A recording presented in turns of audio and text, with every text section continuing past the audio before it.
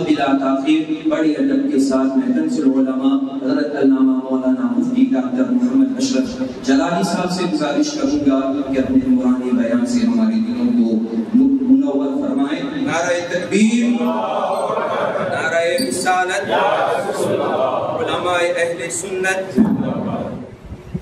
بسم اللہ الرحمن الرحیم۔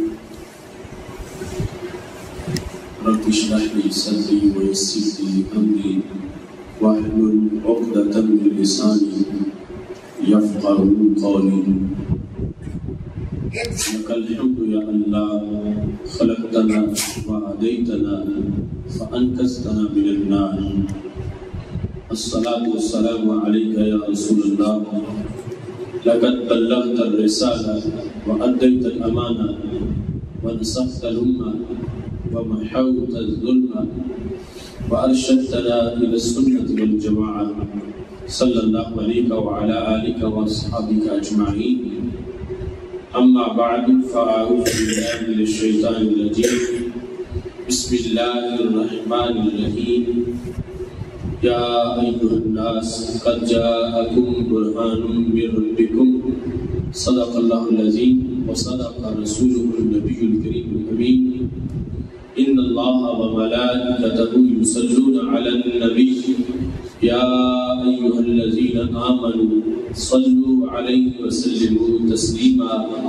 اللهم صل على سيدنا ومولانا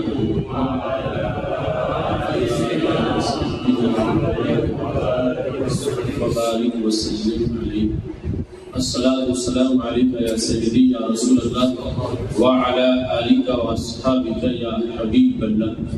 مولاي صل وسلم دائما أبدا على حبيبك خير الخلق كلهم، منزه عن شريك في محاسنه، فجوهر الحسن فيه غير منقسم۔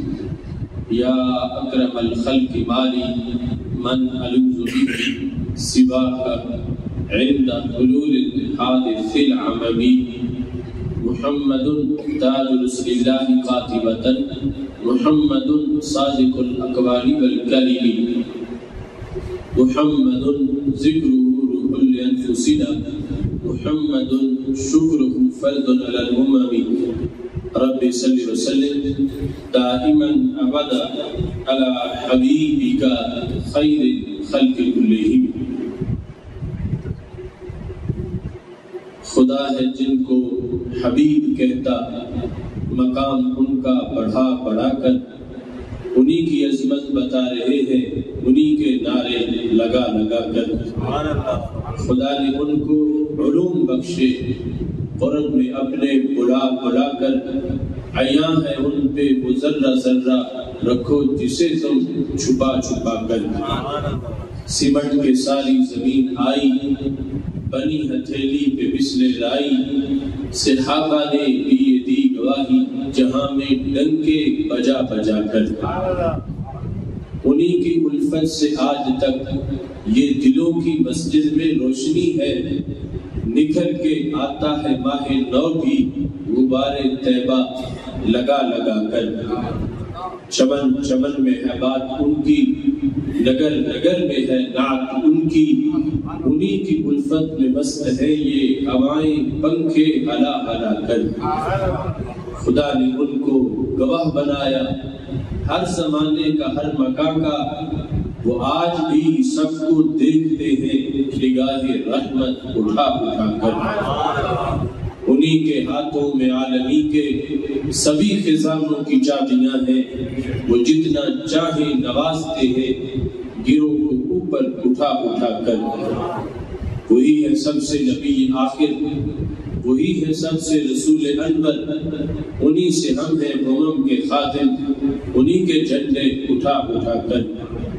خدا ہے جن کو حبیب کہتا، مقام ان کا بڑھا بڑھا کر، انہی کی عزت پہ وارنے کو چلے ہیں جانے سجا سجا کر۔ یہ سن لے منکر ہمارا رشتہ ہمارے آقا سے دائمی ہے، ہم ان کی عزت پہ پہرا دیں گے سروں کی فصلیں کٹا کٹا کر۔ یہ چھوٹی موٹی جماعتیں کیا ہماری غیرت دبا سکے گی؟ ہمیں مجدد و خیر آبادی نے حر بنایا پڑھا پڑھا کر۔ نہ گھبرانا باطل کی یورشوں سے، یہ بدر و خندق کا فیصلہ ہے۔ بھگا کے دم لیں گے ظلمتوں کو چراغ دل کے جلا جلا کر۔ نعرہ تکبیر، نعرہ رسالت، نعرہ حیدری، علماء اہل سنت۔ جو ان کے در پہ گیا سوالی، کبھی نہ لوٹا وہاں سے خالی، وہ آج بھی بھر رہے ہیں جھولی سبھی کو طیبہ بلا بلا کر۔ بنا جو شان نبی کا واصف، کہا کسی نے کہ ان کا آصف حرم کی جانب بلا رہا ہے قرآن و سنت سنا سنا کر۔ اللہ تبارک و تعالی جل جلالہ وعم نوالہ واتم برہانہ وعظم شانہ وجل ذکرہ وعز اسمہ کی حمد و ثنا، اور حضور سرور کائنات مفخر موجودات زینت بزم کائنات دستگیر جہاں غم گسار زمان سید سروراں حامی بے کساں قائد المرسلین خاتم النبیین احمد مجتبی جناب محمد مصطفیٰ صلی اللہ علیہ وآلہ واصحابہ وبارک وسلم کے دربار گوہربار میں ہدیہ درود السلام عرض کرنے کے بعد رب ذوالجلال کا کروڑوں بار شکر ہے کہ اس نے ایک بار پھر ہم سب کو عید میلاد النبی صلی اللہ علیہ وسلم منانے کی توفیق عطا فرمائی ہے۔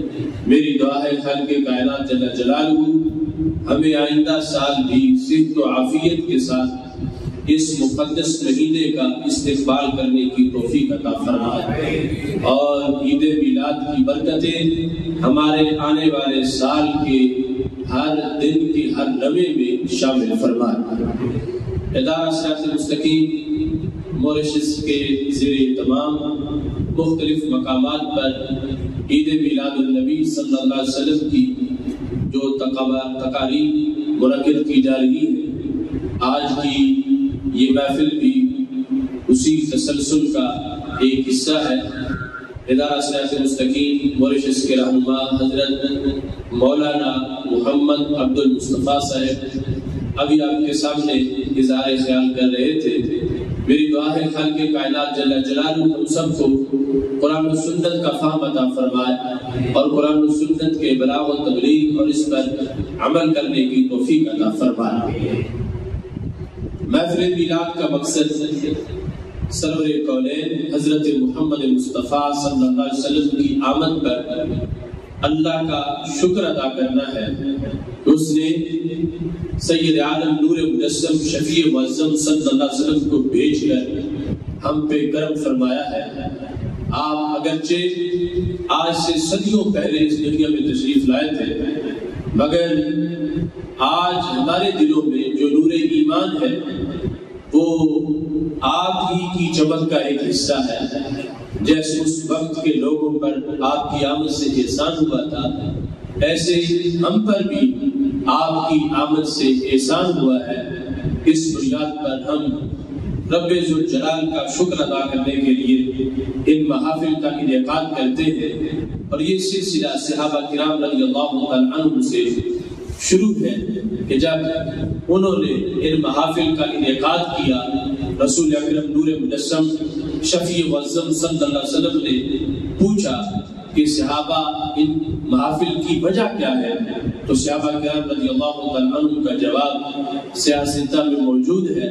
انہوں نے کہا جلسنا ندعو اللہ ونحمدہ علی ما ہدانا لدیننا ومن علینا بکا، یا رسول اللہ صلی اللہ علیہ وسلم ہمارے ان اجتماعات کا مقصد یہی ہے کہ ہم سارے بیٹھ کر یہ بات بیان کر رہے ہیں فضل رب العلا، اور کیا چاہیے، مل گئے مصطفیٰ اور کیا چاہیے۔ جلسنا ہم بیٹھے ہیں، ندعو اللہ خدا کو پکار رہے ہیں، ونحمدہ اس کی تعریف کر رہے ہیں، علی ما ہدانا لدیننا اس نے ہمیں اس دین کی ہدایت دی ومن علینا بکا، اور محبوب تجھے بھیج کے ہم پہ کرم فرما۔ تو جس طرح صحابہ کرام رضی اللہ تعالیٰ عنہ رسول اکرم صلی اللہ علیہ وسلم کی وجہ سے جو ان پر کرم ہوا تھا اس کو بیان کر کے اللہ کا شکر ادا کر رہے تھے، آج صدیوں بعد ہم انہی کے اس پروگرام کو آگے بڑھاتے ہوئے آج بھی رب ذوالجلال کا اس بات پہ شکر ادا کر رہے ہیں کہ اس نے سید عالم حضرت محمد مصطفیٰ صلی اللہ علیہ وسلم کو بھیج کر ہم پہ کرم اور احسان فرمایا ہے۔ قرآن مجید قرآن رشید میں رب ذوالجلال نے سید عالم نور مجسم شفیع معظم صلی اللہ علیہ وسلم کی کائنات میں جلوہ گری کو مختلف القابات کے ساتھ بیان کیا ہے۔ کہیں آپ کو نور سے تعبیر کیا گیا اور آپ کی آمد کو نور کی آمد قرار دیا گیا، تو کہیں آپ کی جلوہ گری برہان کے لحاظ سے بیان کی گئی۔ خالق کائنات جل جلالہ قرآن مجید قرآن رشید میں ارشاد فرماتا یا ایھا الناس قد جاءکم برہان من ربکم، اے لوگوں تمہارے پاس اللہ کی طرف سے برہان آ گئی۔ تو خالق کائنات جل جلالہ کی برہان رب ذوالجلال کا پتہ ہے، اللہ تعالی کا حوالہ ہے، رب ذوالجلال کا ایڈریس ہے کہ جس کو دیکھنے سے اللہ کا پتہ چل جاتا ہے۔ تو سید عالم نور مجسم شفیع معظم صلی اللہ علیہ وسلم کو خالق کائنات جل جلالہ نے صورت اور سیرت دونوں کے لحاظ سے اپنی برہان قرار دیا۔ ہمارے آقا صلی اللہ علیہ وسلم کا ظاہری طور پر فیض، اس کے اندر جو اللہ کی حسن کی تجلیاں ہیں، اور آپ کا کریکٹر اور کردار، اس میں جو اللہ کے ایک ہونے کی برہان ہے، قرآن مجید قرآن رشید نے اس کو تفصیل کے ساتھ بیان کیا ہے۔ یہاں تک کہ جب رسول اکرم نور مجسم شفیع معظم صلی اللہ علیہ وسلم نے اللہ کی توحید یعنی کریڈ آف مونوتھیزم، عقیدہ توحید کو جب بیان کیا، تو جو مشرکین مکہ تھے انہوں نے رسول اکرم صلی اللہ علیہ وسلم سے دلیل مانگی کہ اللہ ایک ہے، تو اس کا ثبوت کیا ہے، اس کا پروف کیا ہے، کس بنیاد پر تم اللہ کو ایک قرار دے رہے ہو؟ تو نبی اکرم نور مجسم شفیع معظم صلی اللہ علیہ وسلم نے اس پر اپنی طرف سے جو دلائل پیش کیے، ان میں سے سر فہرست دلیل یہ تھی جو قرآن مجید قرآن رشید میں بشکل آیت آج بھی موجود ہے۔ آپ نے فرمایا فقط لبثت فیکم عمرا من قبلہ افلا تعقلون، کہ میں کہیں باہر سے آ کر آج نبوت کا اعلان نہیں کر رہا، میرے 40 سال تمہارے ماحول میں گزرے ہیں، میری زندگی کا ہر سال دیکھ لو، ہر سال کا ہر مہینہ دیکھ لو، ہر مہینے کا ہر ہفتہ، ہر ہفتے کا ہر دن، اور دن کا ہر گھنٹہ، ہر گھنٹے کا ہر منٹ، اور ہر منٹ کا ہر سیکنڈ دیکھ لو، اگر 40 سال کے کسی ایک سیکنڈ میں بھی میں نے جھوٹ نہیں بولا، تو پھر آج بھی سچ بول رہا ہوں کہ خدا ایک ہے، میں اس کا رسول۔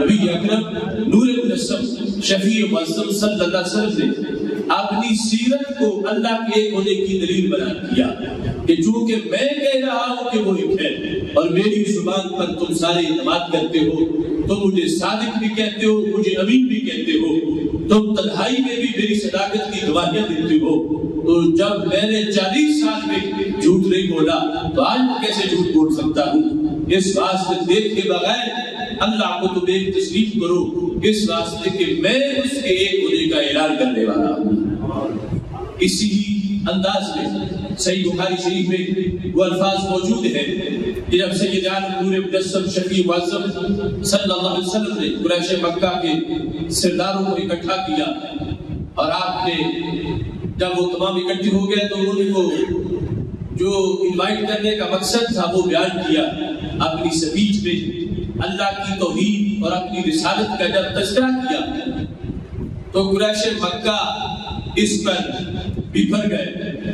اس مقصد کے لیے آپ نے ہمیں بلایا تھا تو سید عالم نور مجسم شفیع معظم صلی اللہ علیہ وسلم نے فرمایا کہ اگر میں یہ کہوں کہ پہاڑ کی پچھلی جانب سے ایک لشکر آ گیا ہے، تمہیں نظر کچھ نہیں آ رہا، تمہیں کوئی آواز بھی سنائی نہیں دے رہی، تمہیں لشکر کے کوئی قرائن کوئی علامات بھی نظر نہیں آ رہی، اگر میں کہوں کہ لشکر آ گیا ہے، هل انتم مصدقیہ، کیا تم اس کو تسلیم کرو گے کہ لشکر آ گیا ہے؟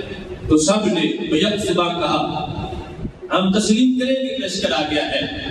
تو ہمارے آقا علیہ السلام نے فرمایا جب تمہیں لشکر نظر نہیں آ رہا اور لشکر کے بارے میں تمہارے پاس کوئی انفارمیشن بھی نہیں ہے، میرے کہنے پر تم کیوں لشکر دیکھے بغیر مان جاؤ گے؟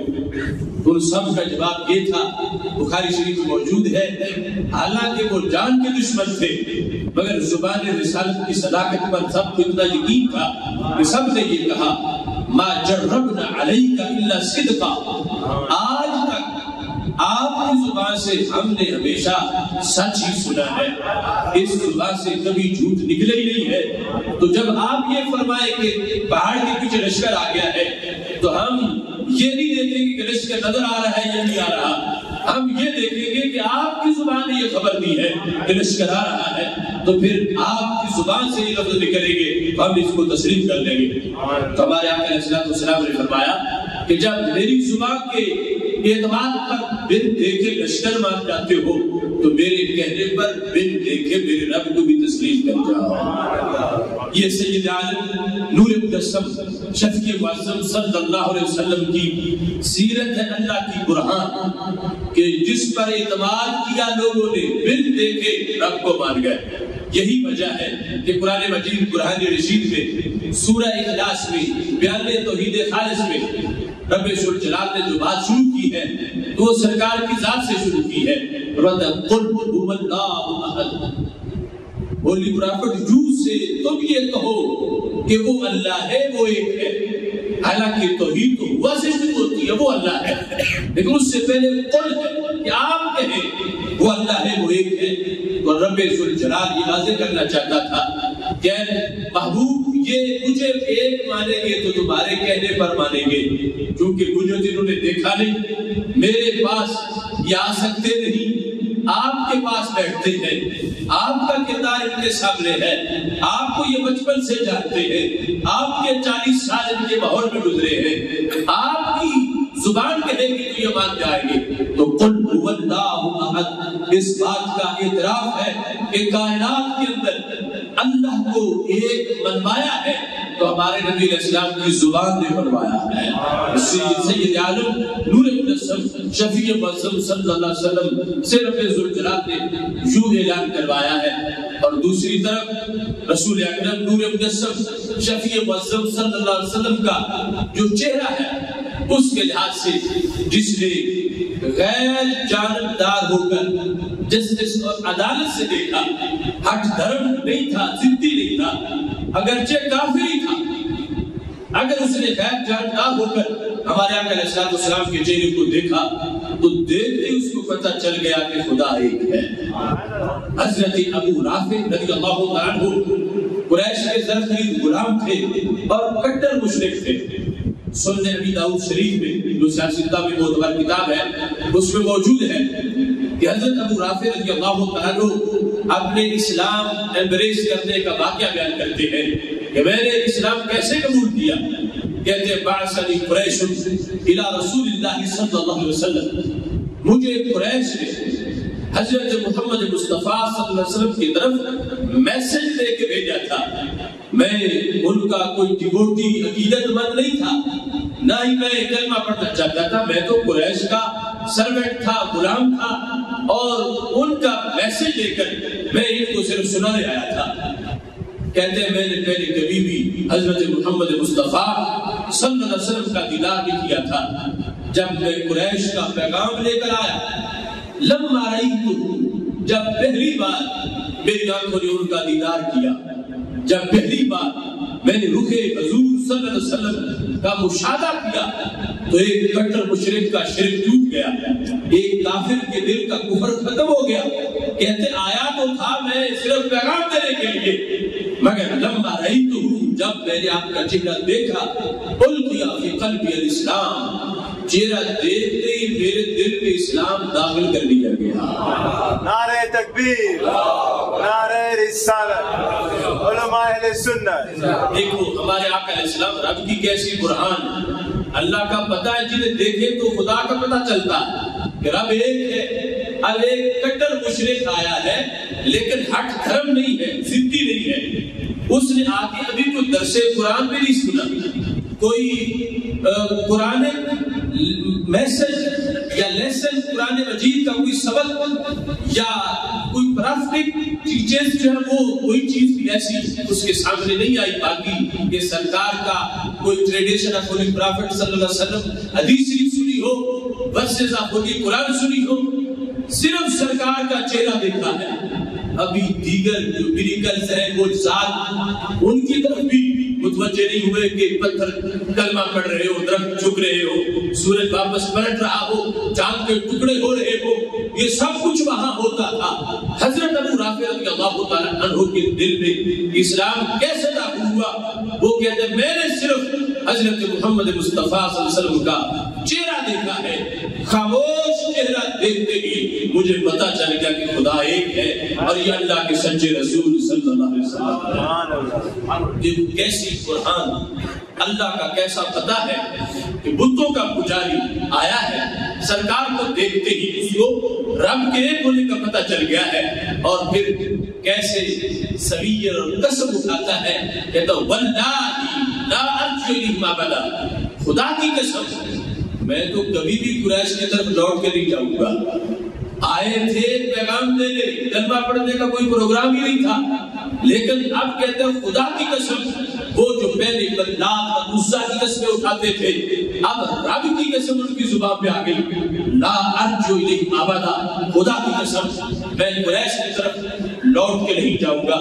حالانکہ قریش کے جو اس کے حضرت ابو رافع کے سردار تھے، آقا تھے، ان کے پاس دولت بڑی تھی، ویلتھ تھی، سرمایہ تھا، لیکن سرکار کے چہرے کو دیکھ کر حضرت ابو رافع کا دل اور زبان وہ یہی گواہی دے رہے تھے، تم مل گئے تو دولت کونین مل گئی، اٹھتے نہیں ہیں ہاتھ میرے اس دعا کے بعد، یا رسول اللہ صلی اللہ علیہ وسلم جب آپ مجھے نصیب ہو گئے ہیں، آپ کی غلامی نصیب ہو گئی ہے، اب میں تو قریش کی طرف لوٹ کے واپس نہیں جاؤں گا۔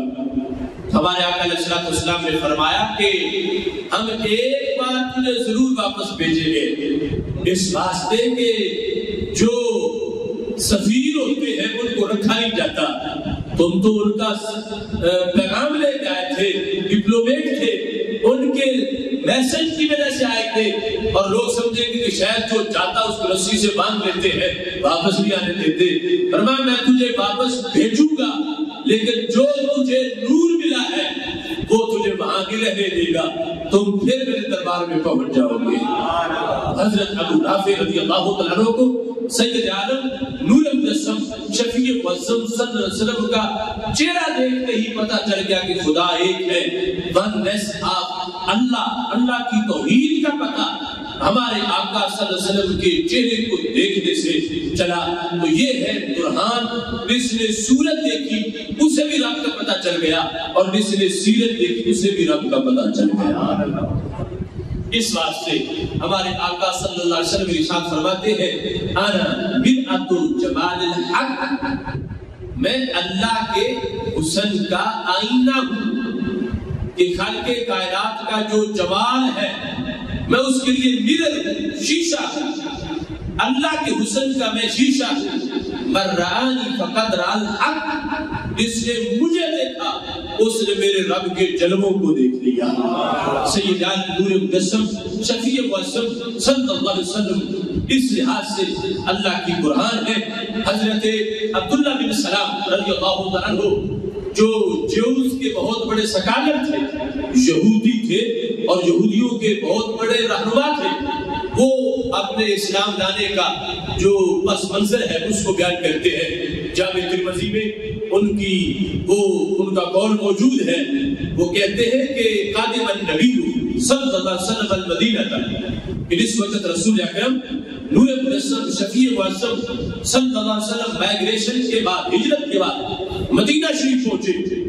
تو کہتے ہیں میں نے پہلے کبھی دیدار نہیں کیا تھا، کیونکہ وہ مکہ شریف میں تھے، میں مدینہ شریف میں تھا. جب ہجرت کر کے مدینہ شریف آ گئے تو میں حاضر خدمت ہوا. کہتے ہیں کلمہ پڑھنے کا تو میرا کوئی منصوبہ نہیں تھا، بلکہ میں تو مقابلہ کی تیاری میں تھا کہ میں یہود کا نمائندہ ہوں اور یہ نئے دین کے دعوے دار ہیں، تو آپس میں ڈائلاگ ہوگا. میں پہلے جا کے دیکھ آؤں کہ ان کا نالج کتنا ہے، وہ کیسے گفتگو کرتے ہیں اور کس انداز میں ریزننگ ہے، طرز استدلال کیا ہے. کہتے میں صرف دیکھنے گیا. جتو لما تبینت وجہہ، جب پہلی بار میں نے ان کا رخ زیبا دیکھا تو کہتے عرفت تو مجھے معرفت ہو گئی ان وجہہ لیس بوجہ کذاب، کہ اتنا نورانی چہرہ کسی جھوٹے انسان کا نہیں ہو سکتا. حضرت عبداللہ بن سلام جو مقابلے کی تیاریاں کر رہے تھے، مناظرے کی تیاریاں کر رہے تھے، وہ یہودیت ان کے دل سے دم توڑ گئی. سب کچھ چھوڑ کے انہوں نے سید عالم نور مجسم شفیع معظم صلی اللہ علیہ وسلم کی غلامی کا دم بھرتے ہوئے سرکار کا کلمہ پڑھ لیا. یہ ہے کہ جن کی آمد کو رب ذوالجلال نے قرآن میں برہان کی آمد کہا کہ لوگوں تمہارے پاس رب کی برہان آ گئی ہے. جو کسی چیز کی برہان ہو، دلیل ہو، اس کو دیکھنے سے جس کی دلیل ہو پتہ چل جاتا ہے. اگرچہ ہر ذرے میں رب کے وجود کی، اللہ کے ایک اور ایک کی دلیل ہے. ففی کل ذرہ لہو شاہد یدل علی انہ واحد، ہر ذرہ یہ دلالت کرتا ہے کہ خدا ایک ہے، لیکن رب کے ایک اور ایک کی سب سے بڑی دلیل حضرت محمد مصطفیٰ صلی اللہ علیہ وسلم کی ذات گرامی ہے. اس واسطے قرآن مجید قرآن رشید میں رب ذوالجلال نے یہ ارشاد فرمایا، یا ایھا النبی انا ارسلناک شاہدا ومبشرا ونذیرا، اے نبی ہم نے آپ کو بھیجا درحال کہ آپ شاہد ہیں. اب شاہد عربی زبان کا لفظ ہے جس کا معنی ہوتا ہے وٹنس، گواہی دینے والا، بیرر وٹنس، گواہی دینے والا. تو یہ لفظ اپنے معنی کے لحاظ سے ہر بندے پہ سچا آتا ہے، کیونکہ کوئی انسان ایسا ہے ہی نہیں کہ جو دنیا میں آیا ہو اور گواہ نہ ہو، عاقل بالغ ہو اور گواہ نہ ہو. اب آپ میرے گواہ ہیں، میں آپ کا گواہ ہوں. جب آپ مسجد میں آ رہے تھے، رستے میں جس سے ملے آپ اس کے گواہ ہیں. یہاں سے اٹھ کے جائیں گے تو پھر رستے میں جو ملے گا آپ اس کے گواہ ہوں گے، گھر والوں کے گواہ ہوں گے. تو کائنات میں کوئی فرد ایسا ہے ہی نہیں کہ جو گواہ نہ ہو، شاہد نہ ہو. اور ادھر قرآن میں رب یہ بیان کرنا چاہتا ہے کہ سرکار کی شانیں کیا ہے، منصب کیا ہے، کہ جو اوروں کا مقام نہیں ان کا وہ مقام ہے. اور اس کے لیے جو پہلی ٹرم اور سرکار کا جو پہلا لقب بیان کیا ہے وہ یہ ہے کہ ہم نے آپ کو شاہد بنایا ہے. جبکہ ہر بندہ ہی شاہد ہے، ہر بندہ ہی کسی نہ کسی چیز کا گواہ ہے، تو پھر خصوصیت کیسے ملے گی، شان کا پتہ کیسے چلے گا. تو امام سلمی حقائق التفسیر میں کہتے ہیں کہ لفظ شاہد میں بہت بڑی شان کا ذکر ہے جو کسی اور کو میسر نہیں ہے. اس واسطے کہ یہ جو وٹنس، گواہی دینا ہوتا ہے، یہ کسی دعوے کے بارے میں ہوتا ہے. ہر گواہی کسی نہ کسی واقعے کی ہے، کسی نہ کسی دعوے کی ہے، اور گواہی کا کوئی نہ کوئی متعلق ہے جس سے گواہی کا ریلیشن ہے کہ گواہی کس بارے میں ہے. تو وہ کہتے ہیں کہ ایک وہ ہے جو محلے کا گواہ ہے، مسجد کا گواہ ہے، اپنے شہر کا گواہ ہے، اپنے زمانے کے لوگوں کا گواہ ہے. اور سرکار عالم صلی اللہ علیہ وسلم کو جو رب نے شاہد کہا اس کے ہزاروں معنی ہیں. پہلا معنی کیا ہے؟ اے شاہد لنا، اللہ فرماتا ہے اے محبوب ہم نے تجھے اپنا گواہ بنایا ہے. اللہ کی ذات کا گواہ، اللہ کی ذات کی گواہی. سرکار کو اس لحاظ سے گواہ کہا گیا کہ خالق کائنات جل جلالہ دنیا کو بتانا چاہتا ہے کہ میرے بندے مجھے ڈھونڈیں گے کہ ہمارا رب حسین کتنا ہے، رب جمیل کتنا ہے، رب کا علم کتنا ہے، رب کی پاور کتنی ہے، رب ذوالجلال کا اختیار کتنا ہے۔ تو سرکار دو عالم نور مجسم شفیع معظم صلی اللہ علیہ وسلم کا مرتبہ و مقام کیا ہے کہ اللہ فرما رہا ہے محبوب جس نے مجھے ڈھونڈنا ہو وہ تجھے ڈھونڈے، جس نے مجھے دیکھنا ہو وہ تجھے دیکھے۔ ہم نے تجھے اپنی ذات کا بھی گواہ بنا دیا ہے، صفات کا بھی گواہ بنا دیا ہے۔ جس نے میرا جمال دیکھنا ہو وہ تمہارا جمال دیکھے، جس نے میرا کمال دیکھنا ہو وہ تمہارا کمال دیکھے، جس نے میرا علم دیکھنا ہو وہ تمہارا علم دیکھے، جس نے میری پاور دیکھنی ہو وہ تمہاری پاور دیکھ لے۔ اب شاہد سے پتہ چلا کہ رب ذوالجلال نے تو ساری کائنات کو سرکار کے دروازے پہ بھیجا کہ تمہیں ان سے پتہ چلے گا کہ میری ذات کیسی ہے، ان کو دیکھو گے تو پتہ چلے گا میری صفات کیسی ہے۔ اس سے اب لفظ شاہد سے اہل سنت و جماعت کے جتنے عقیدے ہیں وہ سارے ثابت ہوئے کہ سرکار دو عالم صلی اللہ علیہ وسلم کو رب نے مخلوق اور اپنے درمیان وسیلہ بنا دیا کہ جس نے آنا ان کے پاس آنا ہے، ان کا کام ہے کہ انہوں نے انسان کو میرے دربار میں پہنچانا ہے۔ اور پھر جس وقت سرکار اللہ کے گواہ ہے تو جس کو کسی چیز کے بارے میں علم ہی نہ ہو تو گواہی کیسے دے سکتا ہے؟ اس بنیاد پر جتنا علم ہمارے محبوب علیہ السلام کو اللہ کا ہے اتنا کسی اور کو نہیں ہے۔ بخاری شریف میں ہے انا اتقاکم واعلمکم باللہ، ساری کائنات کے لوگوں تم سارے مل کے رب کو اتنا نہیں جانتے جتنا میں اکیلا رب کو جانتا ہوں۔ اس سے جو ہمارے آقا علیہ السلام کو رب کا علم ہے وہ اس لفظ شاہد سے پتہ چلا کہ اور کسی کو اتنا علم نہیں جتنا سرکار کو علم ہے۔ اور جو خالق کو جانے ان سے مخلوق کیسے چھپ سکتی ہے؟ مخلوق کا علم تو خالق کے علم کی تمہید میں آ جاتا ہے۔ اس بنیاد پر کائنات کے ذرے ذرے کو جاننا اور کائنات کی ہر چیز سے باخبر ہونا یہ شاہد کے معنی سے ہی پتہ چل گیا کہ رب ذوالجلال نے جب اپنی ذات کا علم دے دیا ہے تو پھر کسی اور کا کیا چھپا کے رکھا ہے؟ ہر چیز کا علم اپنے محبوب علیہ السلام پہ ظاہر فرما دیا ہے۔ اور لفظ شاہد یہاں سے ہی پتہ چلا کہ جب دوسرا کوئی بندہ یہ مقام نہیں حاصل رکھتا کہ وہ اللہ کا گواہ ہو، چونکہ اللہ کے قرب میں تو جبریل سدرہ سے آگے جانے لگے، انہیں خطرہ ہے کہ میں جل کے راکھ ہو جاؤں گا، تو رب کا گواہ ہوگا جس نے رب کو دیکھا ہو۔ اور رب کا نور اتنا ہے کہ ایک تجلی دور پہ گرے تو دور ریزہ ریزہ ہو جاتا ہے۔ رب کے جلوے اتنے تیز ہیں کہ سدرہ سے آگے جبریل جائے تو وہ جل کے راکھ ہو جائے۔ تو پھر جنہوں نے عرش پہ جا کے رب کا دیدار کیا، رب کا مشاہدہ کیا، تو پتہ چلا کہ ان کا نور جبریل سے بھی زیادہ پاورفل ہے۔ جو یا رسول اللہ لفظ شاہد سے ہی نورانیت کا عقیدہ بھی ظاہر ہوا کہ عام کوئی ذات ایسی نہیں کہ جو رب کا دیدار کر سکے۔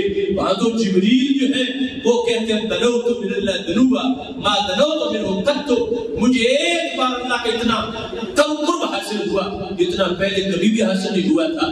تو ہمارے آقا علیہ السلام نے پوچھا کیف کنا یا جبریل، جبریل وہ قرب کیسا ہے کہ جو تم کہتے ہو کہ اللہ کے بالکل قریب چلا گیا؟ تو کہنے لگے کان بینی و بینہ 70,000 حجاب من نور، 70,000 نور کے پردے بھی باقی تھے، یہ میری معراج ہے۔ جبریل کہنے لگے اتنا قرب مجھے پہلے کبھی نہیں ملا، نہ بعد ایک مرتبہ ایسا ملا ہے۔ تو سرکار فرماتے ہیں معراج کی رات کھوری کبھی 70,000 حجاب من نور، میں جب سدرہ سے آگے بڑھا تو میرے بدن سے لگ کے 70,000 نور کے پردے پھٹ گئے اور میں نے کمان کے دو سروں سے قریب ہو کے اپنے رب کی ذات کو دیکھ لیا۔ اس بنیاد پر ہمارے آقا صلی اللہ علیہ وسلم کو جو رب نے برہان کہا، شاہد کہا، اس سے واضح ہو گیا کہ آپ رب ذوالجلال اور مخلوق کے درمیان وسیلہ کبریٰ ہے، اور آپ کی ذات ایسی ہے کہ ادھر رب کا بھی دیدار کیا دیتے ہیں اور ادھر صحابہ میں بیٹھ کے تعلیمات تقسیم بھی کر دیتے ہیں۔ اگر وہی انداز فرش میں بھی ہوتا تو پھر کوئی صدیق اکبر نہ بنتا، کوئی فاروق اعظم نہ بنتا، جو آتا جل کے راہ پاک ہو جاتا۔ اس بنیاد پر وہ نور خدا فرش کے ہو تو لباس بشر میں ہوتے ہیں، عرش کے ہو تو اپنے نوری حقیقت میں ہوتے ہیں۔ یہ ہے شاہد کا مرتبہ و مقام، ادھر سے لوگوں کو گواہی دینی ہے، ادھر رب ذوالجلال کو دیکھ کے تحمل شہادت کرنا ہے۔ اہل سنت و جماعت کا ہر عقیدہ جو نبوت و رسالت سے متعلق ہے وہ اس کے ایک لفظ شاہد سے ہی ثابت ہو رہا ہے۔ خالق کائنات جل جلالہ نے سید عالم نور مجسم شفیع معظم صلی اللہ علیہ وسلم کو ہر عیب سے پاک پیدا کیا، اس پر بھی لفظ رد کر رہا ہے اس واسطے کہ جتنا بڑا دعویٰ ہو اتنی بڑی دلیل ہوتی ہے۔ آرگومنٹس اگر کمزور ہو تو دعویٰ کمزور ہو جاتا ہے، دلیل میں عیب ہو تو دعوے میں عیب آ جاتا ہے۔ تو رب کی توحید سے بڑا کوئی دعویٰ نہیں اور ہمارے آقا علیہ السلام کے چہرے سے بڑی کوئی دلیل نہیں۔ تو یہ چہرہ ہر عیب سے پاک ہے، یہ ذات ہر عیب سے پاک ہے، کیونکہ اگر کوئی معاذاللہ یہاں عیب ثابت کرے گا تو وہ تو رب کی توحید کو کمزور کرنا چاہتا ہے۔ چونکہ رب کی توحید میں کوئی کمزوری نہیں ہے تو پتہ چلا دلیل وہ ہے جس دلیل کو رب نے ہر عیب سے پاک پیدا کروایا ہے۔ تو سید عالم نور مجسم شفیع معظم صلی اللہ علیہ وسلم کا ہر عیب سے پاک ہونا وہ بھی یہیں سے ثابت ہوا کہ خالق کائنات جل جلالہ نے جب سرکار کو اپنی برہان کہا ہے، اپنی دلیل کہا ہے، رب ذوالجلال کی دلیل مضبوط اور باوقار تب ہوگی جب دلیل میں کوئی کمی نہیں ہوگی، کوئی نقص نہیں ہوگا، کوئی عیب نہیں ہوگا۔ تو پتہ چلا کہ اہل سنت و جماعت کا جو یہ عقیدہ ہے کہ ہمارے آقا علیہ السلام ہر عیب سے پاک ہے، یہ عقیدہ ہی حقیقت میں عقیدہ توحید ہے۔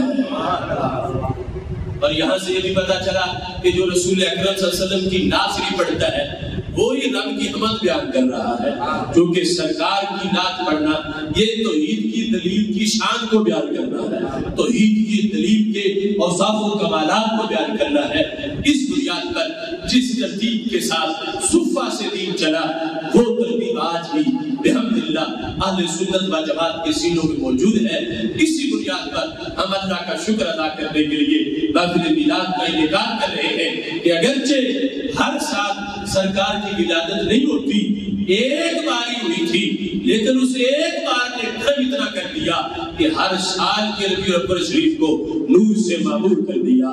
جیسے ہر سال نیا قرآن نازل نہیں ہوتا، قرآن ایک بار نازل ہوا تھا، لیکن جب بھی رمضان آئے لیلۃ القدر 1000 مہینے سے بہتر ضرور ہوتی ہے۔ کیوں؟ ایک بار قرآن کے نزول نے قیامت تک کی لیلۃ القدر کو برکتوں سے معمور کر دیا ہے۔ اس بنیاد پر ایک بار کی سرکار کی آمد نے قیامت تک کے لیے 12 ربیع الاول شریف کو برکتوں سے معمور کر دیا۔ یہ ہے عقیدہ اہل سنت و جماعت بحمدللہ۔ ملا حق سے عقیدہ اہل سنت کا بڑا ہے قدسیوں نے بھی، قصیدہ اہل سنت کا، زمین اہل سنت کی، زمانہ اہل سنت کا، بنایا رب نے جنت میں ٹھکانہ اہل سنت کا۔ کسی کی ایک کی جانب نہیں اٹھتی نظر اپنی، خدا نے بھر دیا اتنا خزانہ اہل سنت کا۔ وآخر دعوانا ان الحمدللہ رب العالمین۔